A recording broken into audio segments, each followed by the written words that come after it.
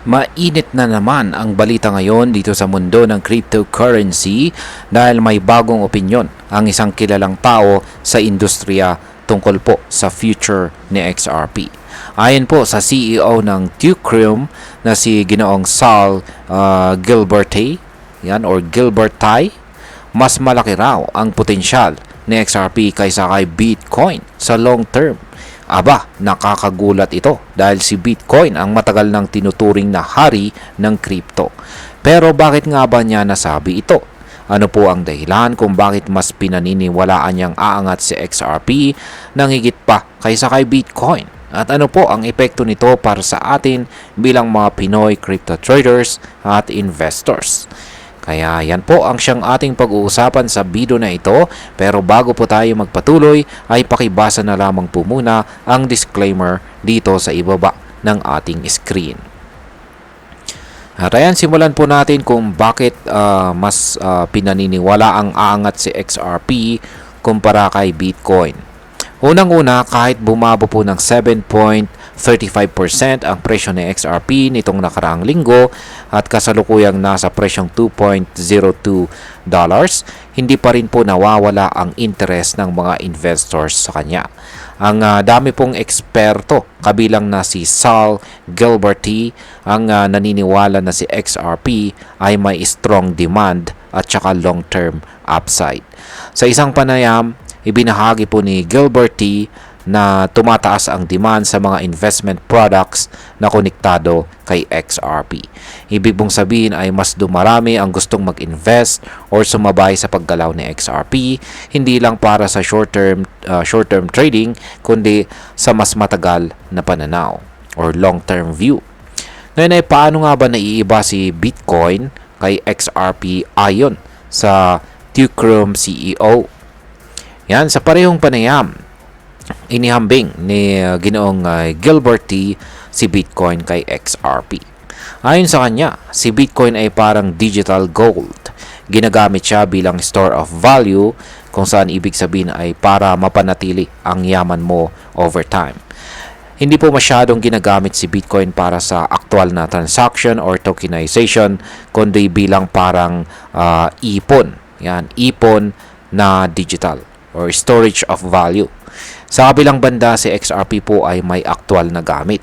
Ayon po kay Ginoong Gilberty, ang Ripple na siyang kumpanyang nasa likod ni XRP ay gumagawa ng mga foundational na rails or pundasyon ng digital at tokenized financial system.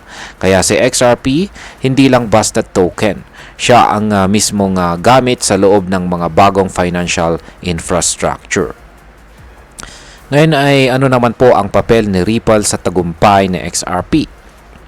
Idinagdag pa ni Ginoong Gilberty na ang Ripple ay isang napaka-profesional at matibay na organisasyon. May malinaw po silang layunin at focus sila sa pagbibigay ng solusyon sa mga tunay na problema sa global finance. Sa totoo lang, malaki raw ang tiwala nila kay Ripple at ito ang dahilan kung bakit sila naglabas ng 2 times leverage ETF para kay XRP imbes na para kay Bitcoin. Sa mga hindi pa pamilyar, ang ETF or Exchange Traded Fund ay isang investment product na parang mutual fund pero pwede pong bilhin sa stock exchange. At ang 2 times leverage ETF ay nangangahulugang doble ang galaw. Kung tumaas po ng 5% si XRP, tataas ng halos 10% ang ETF. Pero syempre, kung bumagsak naman, doble rin ang talo. Kaya high risk, high reward po ito. Ngayon ay bakit hindi Bitcoin ang pinili para sa leverage ETF?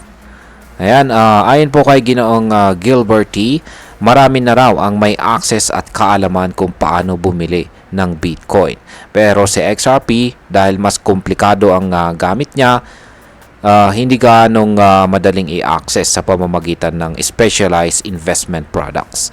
Kaya gumawa po sila ng leverage ETF para kay XRP, kung saan ay isang unique at specialized product na swak sa market demand. Dagdag pa niya, kahit mataas po ang risk ng leverage product, naniniwala pa rin siya sa long-term value ni XRP. Hindi raw ito basta hype lamang, kundi isang asset na may tunay na gamit sa industriya ng digital finance. Ngayon ay ano naman po ang sinasabi ng iba pang mga eksperto tungkol kay XRP? Hindi lamang po si Ginoong Gilbert T. ang may ganitong pananaw. Isa pang kilalang pangalan sa crypto education space ay itong si Ginoong Eduardo Farina ng Alpha Lions Academy. At siya po ay nagsabi na mas attractive daw ang risk-reward ratio ni XRP kumpara kay Bitcoin. Ibig sabihin ay mas maganda raw ang balanse ng risk at posibleng kita kay XRP. Habang si Bitcoin ay lampas na sa $100,000, si XRP ay nasa $2.02 pa lamang. Kaya mas realistic daw ang potensyal ni XRP para sa mas malawak na adoption at mas malaking return kung tataas pa ang presyo nito. Ngayon ay may mga hindi rin sang-ayon at bakit? Siyempre, hindi lahat ay naniniwala sa ganitong pananaw. May mga nagsasabing kahit malaki ang potensyal ni XRP, iba pa rin ang katayuan ni Bitcoin bilang pioneer at hari ng crypto. May mga nagdududa kung kaya talagang lampasan ni XRP si Bitcoin sa market cap at sa mainstream adoption. At dagdag pa rito, marami pa ring legal at regulatory hurdles itong si XRP, lalo na sa mga bansang hindi pa ganap na bukas sa ganitong klaseng asset. At ayan, ngayon ay pag-usapan na po natin ang posibleng epekto nito para sa atin bilang mga Pinoy crypto enthusiast na interesado rito kay XRP. Para sa atin bilang mga Pinoy ay mahalaga pong tingnan natin ang posibilidad na binubuksan ng ganitong balita. Una, kung totoo ang sinasabi ng mga eksperto, may posibilidad tayong makasabay sa early stages ng mas malawak na pagtaas ni XRP. Pangalawa, dahil mas mura pa rin si XRP kaysa kay Bitcoin, mas abot kaya ito para sa small investors na gaya natin. Mas madali para sa isang ordinaryong Pinoy na makabili ng 50 XRP kaysa bumili ng 0.01 na Bitcoin. Pero huwag rin nating kalimutan ang risk. Ang 2 times leverage ETF ay hindi po para sa lahat. Hindi ito bagay sa mga hindi pa sanay sa galaw ng market. Kaya't kung papasok po tayo kay XRP, mas maganda kung pag-aralan muna natin ng mabuti at dahan-dahan lang sa pag-invest. Bilang panguli, ang masasabi ko naman tungkol dito ay sa totoo lang nakaka-excite ang ganitong development para kay XRP. Matagal na po siyang nandyan, pero ngayon lamang po siyang muling nabibigyan ng spotlight dahil sa mga ganitong analysis at suporta mula sa mga big players sa industriya. Pero para sa akin, ang pinakamahalagang aral po dito ay hindi kung sino ang mas malakas, si XRP ba or si Bitcoin, kundi ang kahalagahan ng kanilang utility. Sa panahon ngayon, ang crypto na may totoong gamit sa real world finance ang siyang may pinakamalaking chance na magtagumpay.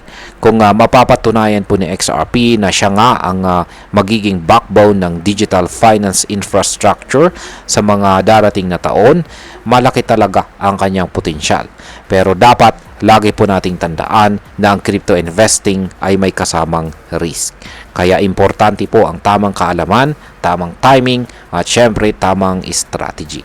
At hanggang dito na lamang po tayo sa video na ito mga ka-crypto. Marami pong salamat sa panonood. Ingat po tayo lagi at God bless po sa ating lahat.